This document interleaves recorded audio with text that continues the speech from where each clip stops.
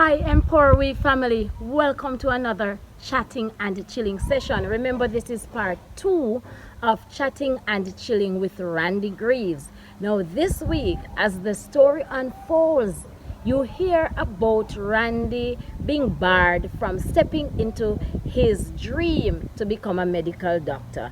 Tell me what you think. Did the university make the right decision? Let me know what you think. Also, remember, if you haven't subscribed yet, subscribe. And I love every subscriber. Thank you so much. And if you haven't subscribed but you just watch this video, thank you as well. Remember to comment and share. Remember, we're on the quest for the 200 subscribers at least for my birthday present. Thank you very much. Watch and let me know what you think at the end of the video. Okay, so when I got accepted to the University of the West Indies, I didn't have some of my Cape grades because when I went to Yorkcastle, they made some provisions where I got some larger print. So I figured that that must be the reason why my grades were delayed. Okay. I still got accepted to UE, and then I went into science and technology because I initially wanted to do medicine. So I said, okay, while I wait for my grades, I won't turn down the scholarship, so I will take it and go and do some first year courses until I get my grades. So at the end of the year, no, I applied for medicine and stuff, and I said I wanted to talk to the dean, and so we're actually in dialogue constantly because I want to find out whether or not they can accommodate me to medicine.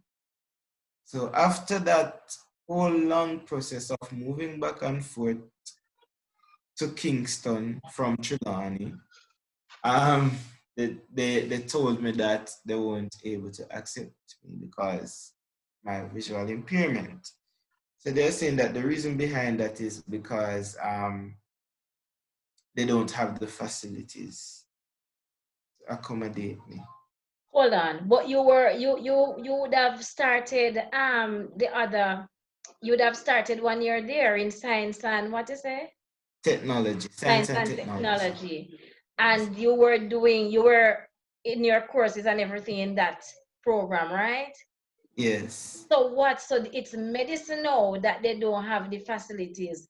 What facilities did they need to facilitate you in medicine since you had all your grades?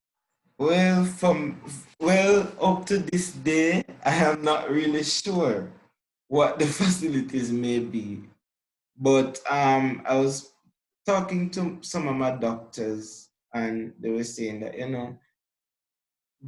medicine for you, it is not impossible, but it will be difficult.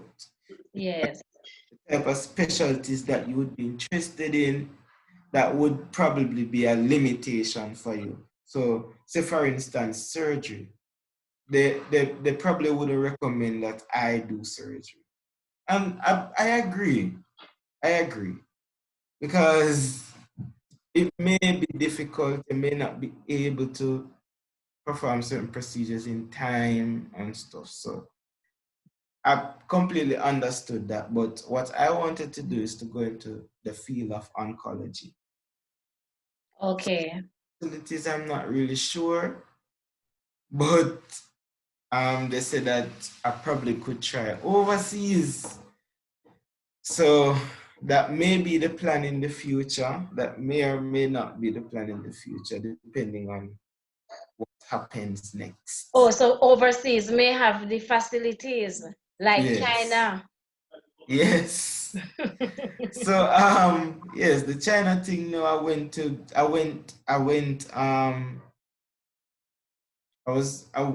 to apply to China, so I did. I got through. I was talking to my friends over there, and they were saying that probably your facilities are better. So I just said to myself, say, if you don't have the facilities, then would China have it? to accommodate me. So Yes, since those who are in China are telling you that you is yes, facilitating I have some the friends there, including one of them that was a Paris champion with me. okay. So I immediately changed my mind after I got the assistance and stuff to study medicine there. You know, I actually had China to. had accepted you. Yes, they had. Okay. And were they aware of the visual impairment? I told them afterwards, Okay. and then I just changed my mind. Okay.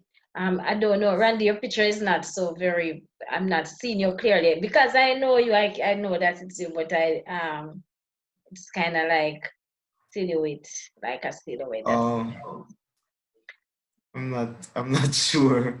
but you're very, in terms of the audio though, you're very, very clear. Okay, okay.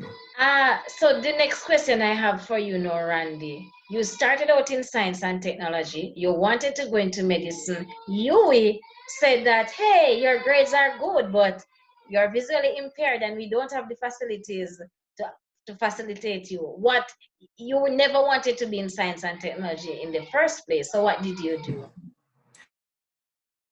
Well, what I did is that I applied to other courses in the Faculty of Medical Sciences. So I actually got accepted into the program, but my scholarship could not cover the PharmD program, and then it wasn't something that I think I would want to do. I wouldn't want to become a pharmacist. I love the chemistry still, you know, from Yes. there and stuff. I even did chemistry in SciTech and stuff, but um, I don't think pharmacy would be something that I would want to do.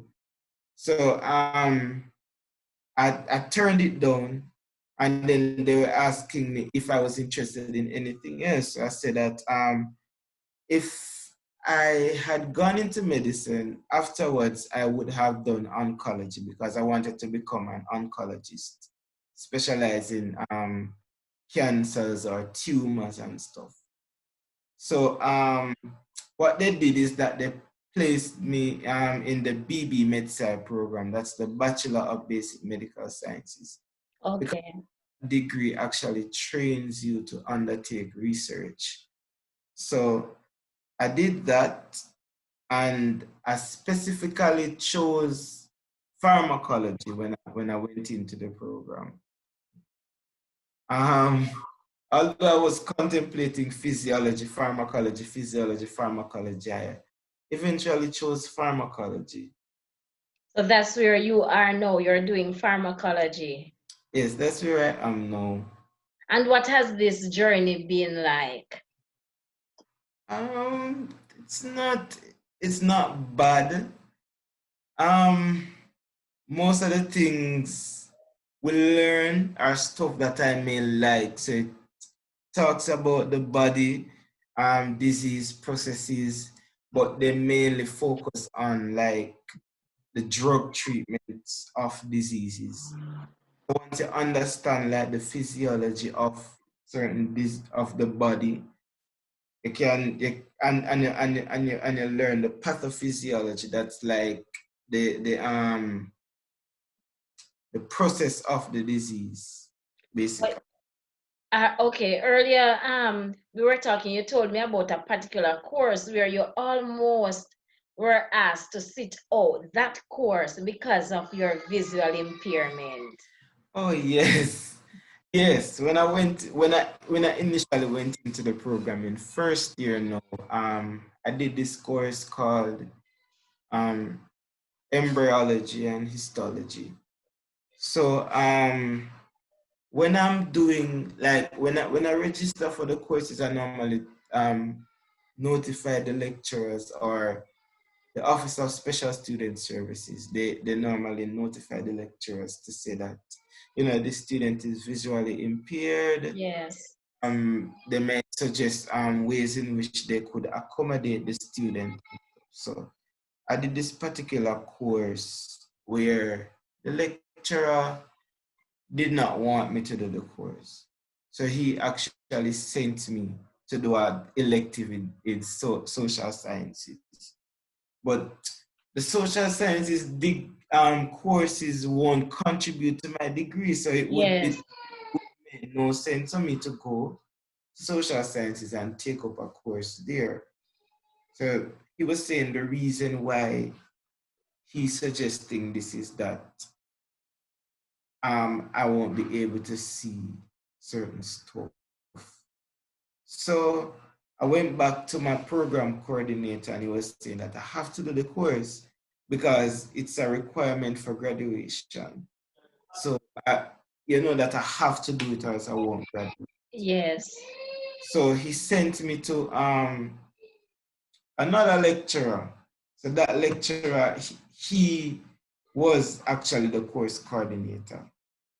So he gave me a little exam one day, like under the microscope, get some slides.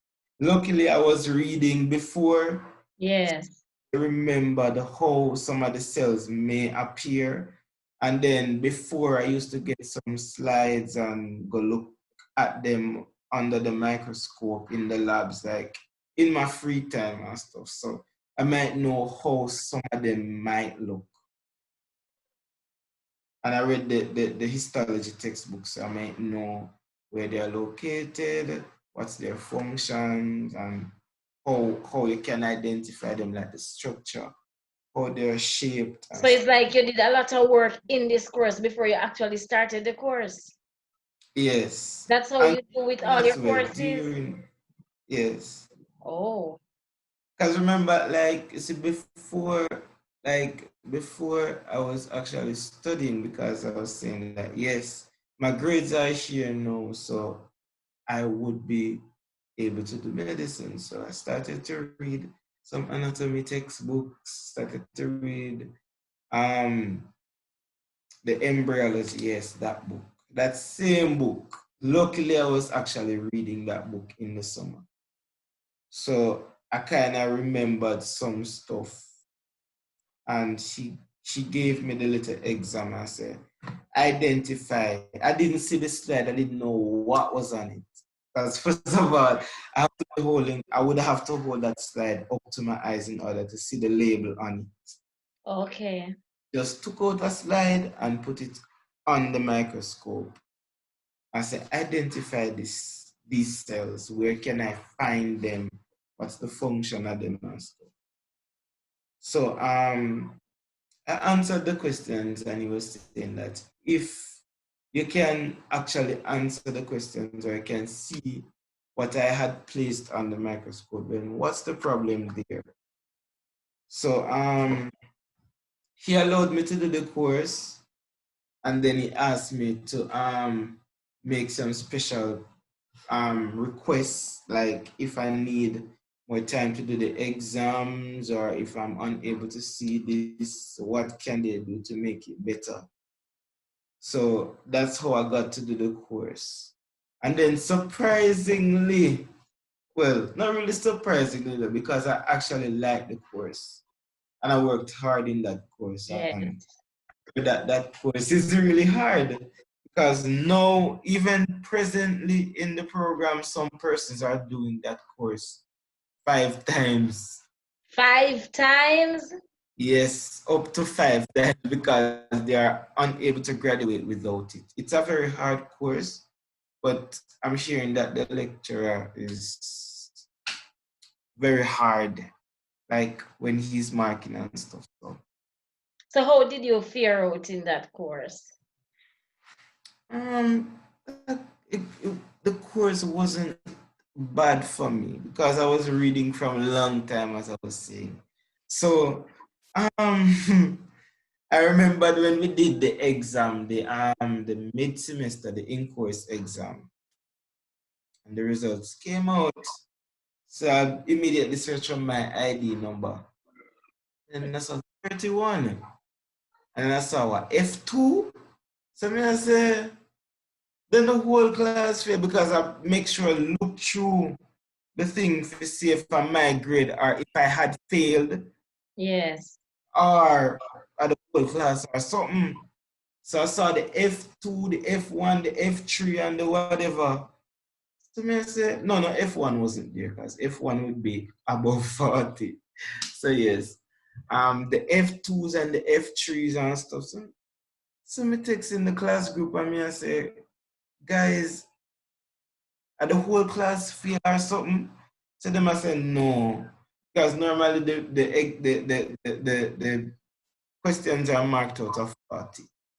So I realized that I got 41, but initially I thought I had You got the 31. highest grade. Oh, so you got the highest 31 out of 40 Yes. for a course that you were almost barred from. Yes. Wow.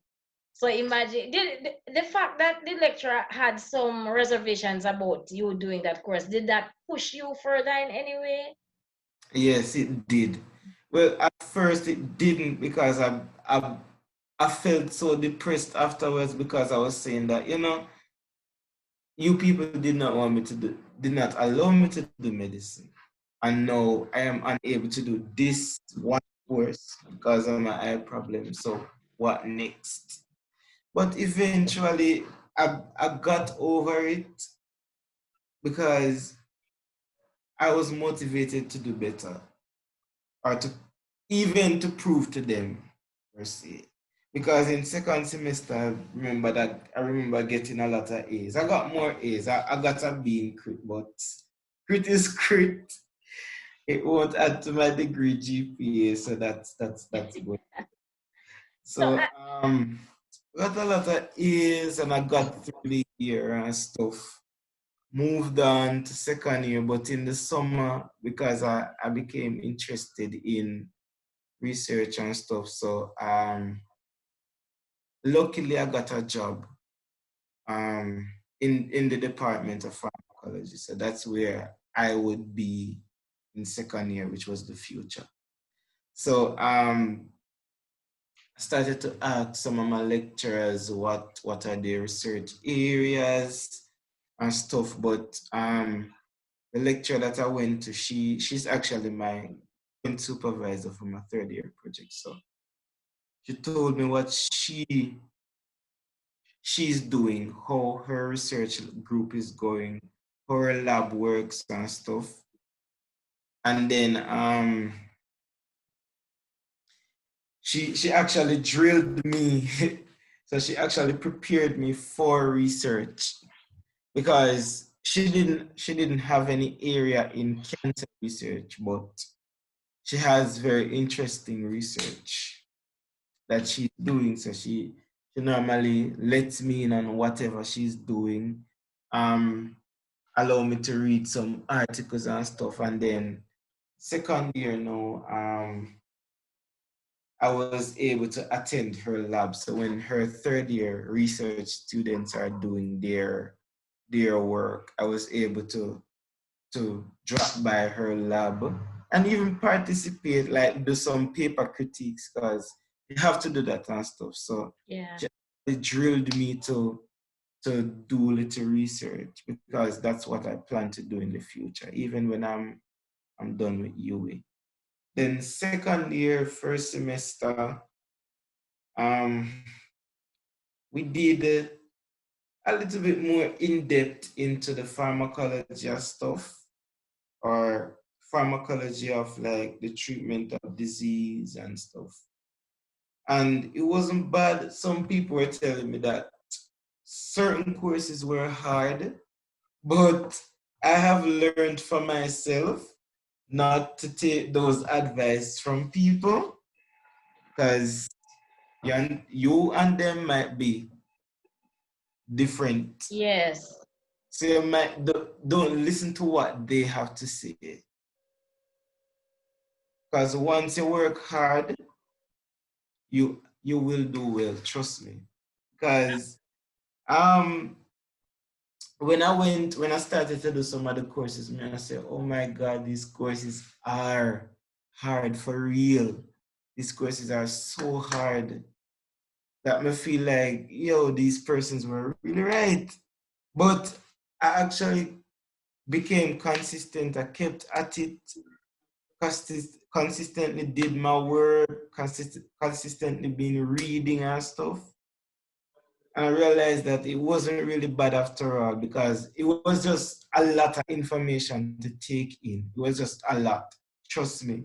That's not a lie. But the exams are not hard. So once you actually know your information, Yes.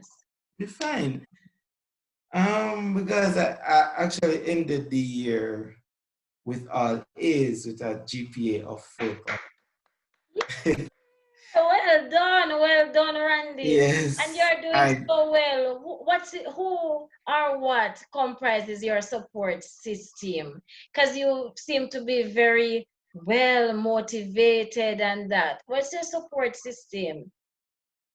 well, um, normally it would be my mom, although she's not really here with me in Kingston. Yes. But I always talk because I remembered when she was away that she got the opportunity to work overseas. So when she was away, we talk practically every day.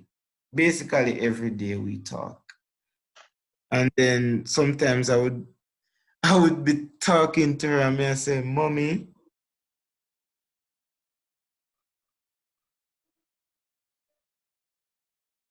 Radio, you went just now, not hearing you. oh, yes, something came up on the screen. Okay.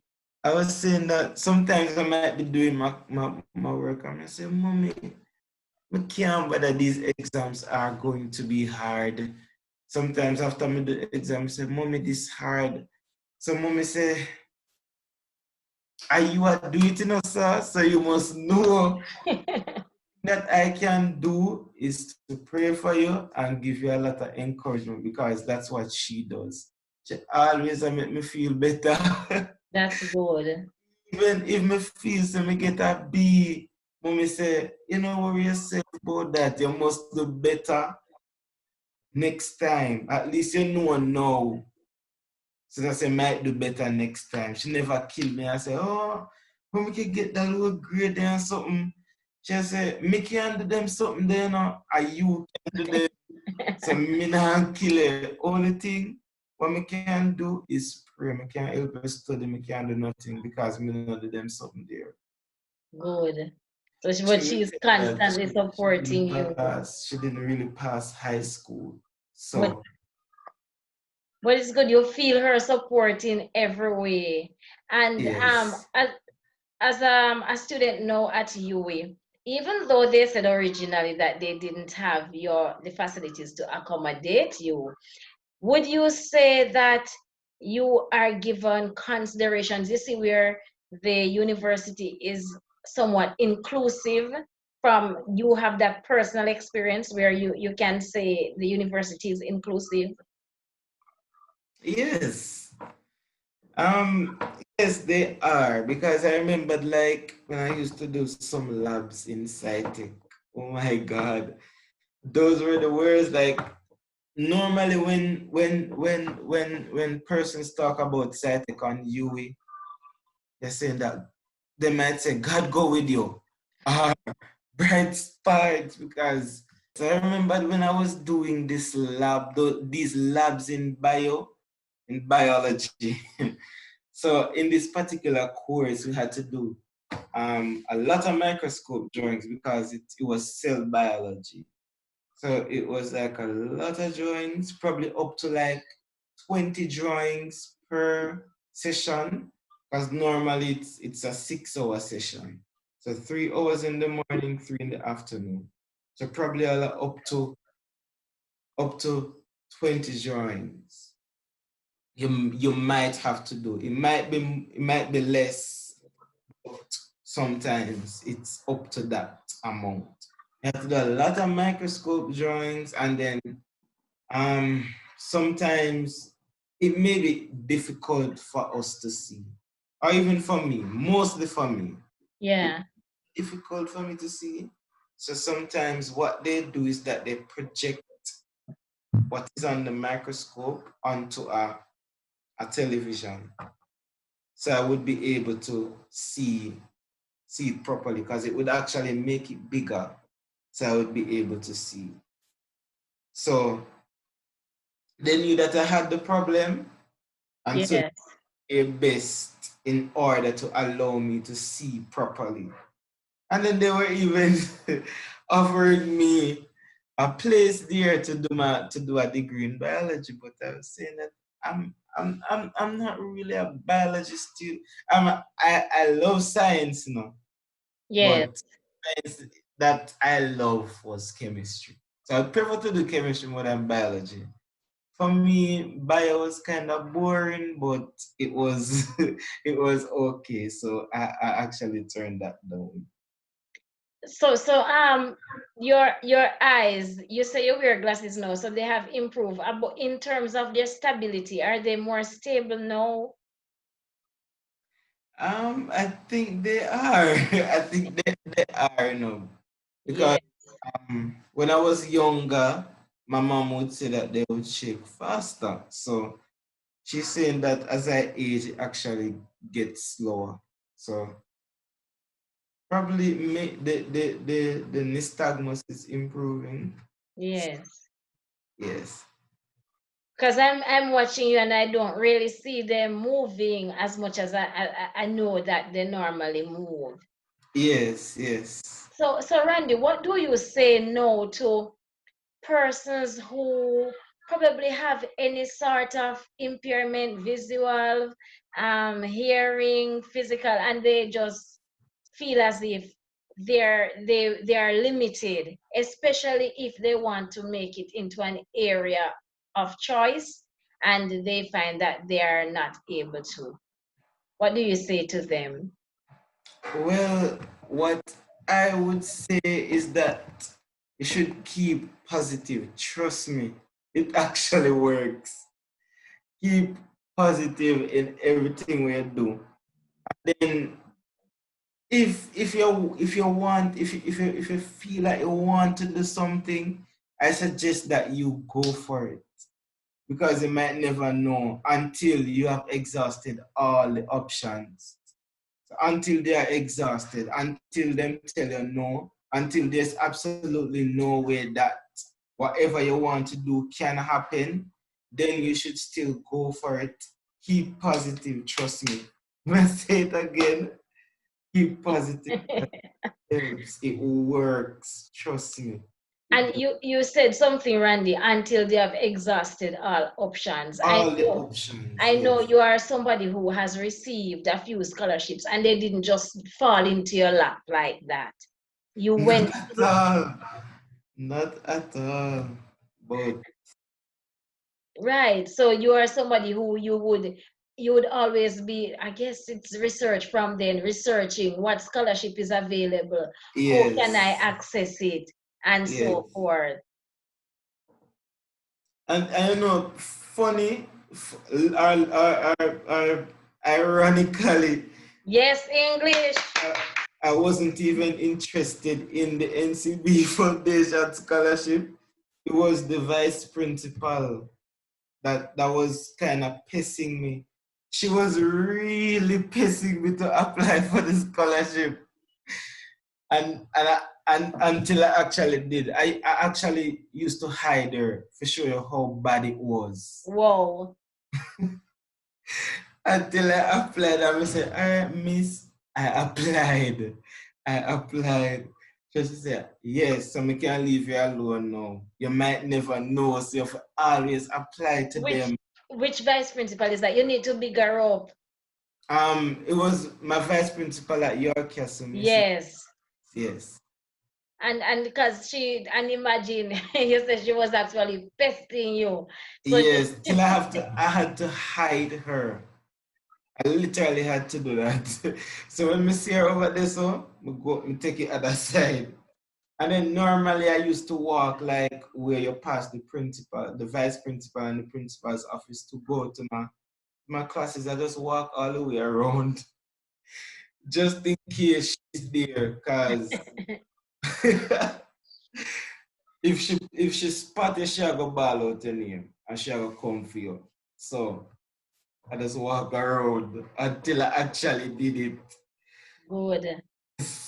she planted a seed. She planted a seed. That's really good. So then you, Yes. as you say, if persons, you say to them, keep positive, go for what you want. So you're hearing from Randy. This is a young man who, he's from very humble beginning. You hear him talk about his mother and our chicken farm and the struggles he had, sometimes just going to school because he saved from lunch money that he got for previous days. And with all the visual impairment, this is a young man who is now studying pharmacology, and he has not given up on his dream of becoming a doctor either. And if Randy Greaves has done it with all the odds against him, what say you? Randy, is there anything that you think you're not seeing properly that you would want to see? Well, I'm not so sure. I'm not so sure as yet. Okay. All right, Randy, let me ask you a couple questions now that they're not really very serious. So outside of studying, as you are an academic high flyer, outside of studying, what do you do for fun? Well, this might be school related, but I I used to tutor. I don't. Randy, me say what you do for fun. Miss, I hardly have a social life, but yes, what I do for fun now is I normally sing. So when I came here to university, so they are actually my second support. So when I came to UE, I made sure that I found a church to go. And luckily it was one from my denomination. So it really Yes. similar to what I am used to back home. So what I do there is sing. And I really love to sing, trust me. So can you sing something for us, Randy? Miss me knows we go ask me that is but another time. Another time I was singing whole day today because I sang in two services. But yes. Okay. So you sing for fun. So you Yes, I sing. enjoy singing. I used to play the keyboard, but I don't have one for myself now, so I don't get in the practice that I think I should. I love to watch series as well. Okay. And I kind of love to sleep, trust me. Sleep is important, Yes, it is and important. especially for me. All right. And the next thing now, where do you see yourself in another 5 years? Wait, how many years you have leave at UE? Well, I have 9 months left. 9 months. So where do you see yourself? Counting down the You're days. counting down. You see, not him. I am. Yes. So, So where do you see yourself in 5 years? well, I I see myself completing a PhD because I actually am in the process of applying to schools in England as well as Canada, but mostly England though, England and Scotland, because they have very good cancer programs there. So I am applying for my master's there with the adequate funding. Then I see myself completing my PhD, possibly starting my own lab. So I probably would come back to Jamaica. Well, that's the plan because there's need for more researchers in the cancer field. So I would want to have my own lab in Jamaica. Awesome. Awesome.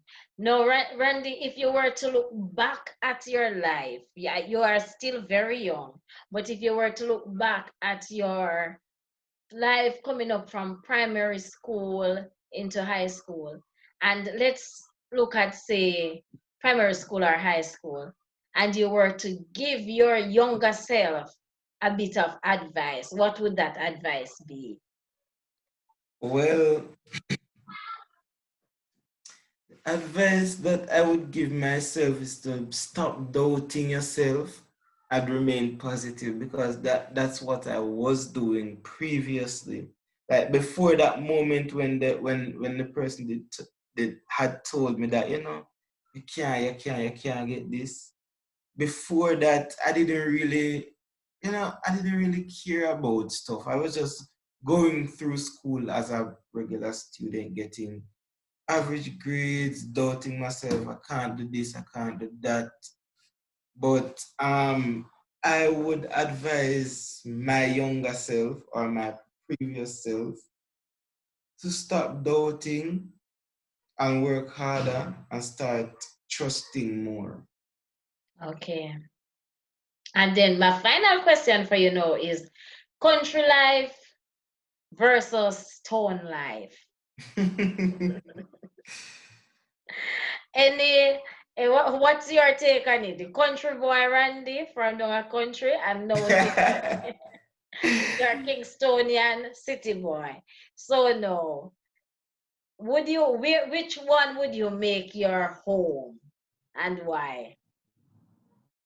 Well, I am not sure. I am not really sure, but based on my career, well, based on what I plan to do in the future, I don't think that there would be a position in the country for me, but I still really do enjoy country because food there, them always like when I came back to Kingston the other day, them I say, oh yeah, get fat. Me say, no, don't say that. It's because of the country food. I enjoy my country, when my people them there and something. That's when me and my sister them link up and the whole family sit down and, Yeah. they gone last weekend we would have get up there on a back a big pot and sit, and So they have a little vibe and stuff, so each place has its own. So there's a place for the country and a place for the town. Yes, yes. Okay. I enjoy here because mainly the church I have here, and I have some really good friends at school. Even my lecturers, because um normally I don't like, I might be diverting, but Wait, so you hear the ice cream man, you hear that at town? You know hear the ice cream no, man. Oh, not really, not oh. really. Okay. So normally the lecturers don't really know the students and stuff, but um the lecturer that actually um accepted me into the BB Medsci program. I don't know if I could call his name here, but that's Dr. Singh.